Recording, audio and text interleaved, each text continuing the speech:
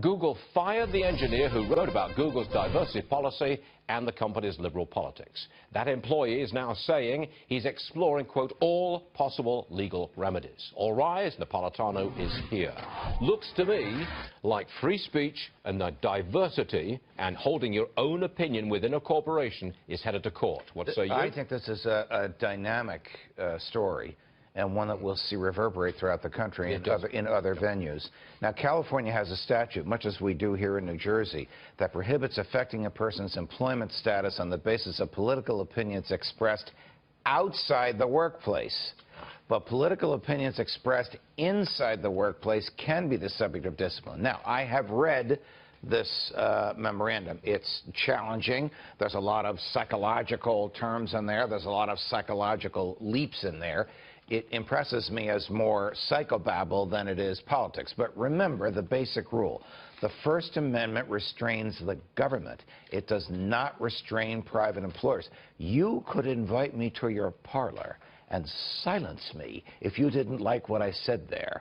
Might you consider doing that? Absolutely, I would, yes. Well, I would have no First Amendment claim against you. Our bosses here could silence any one of us if they didn't like what we said, because this is owned by our bosses and not by the government. Fair point. I mean, I think a company does have the right to censor what is on its own email circuit. Right. And that's what Google has done. But it is going to go to court. And that whole idea that you can suppress diversity of opinion but enhance so-called diversity of gender, race, and ethnicity, that's a contradiction. How about going to court. Do shareholders want their investments spent litigating issues like this? Did management make a decision consistent with that Northern California culture, or with the millions and millions of people that have invested into Google? That's a good question. Alphabet, or whatever they call themselves. Will the owners of the company, the shareholders, will they be represented in court? And what is their collective opinion? I simply don't know. Presumably, their collective opinion is the wishes of management. Presumably,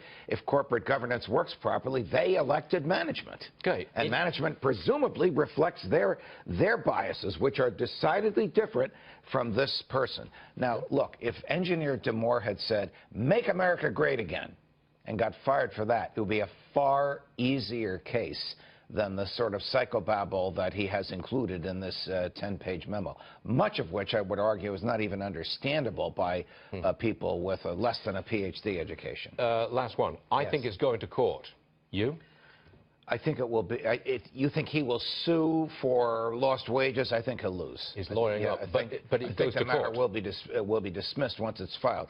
But I think he would file, and probably should file, because the statute needs to be tested. By the way, he says that Google tried to shame him into either retracting his position or suppressing it, tried to shame him. That could be the basis of the lawsuit. Yes, it very well could. Okay. Pretty good, Varney. Wasn't that good? I've had a 3-day weekend. I've been studying up, let me tell you. You also had a lot of caffeine, I can tell. Oh, always. See you at 11 o'clock.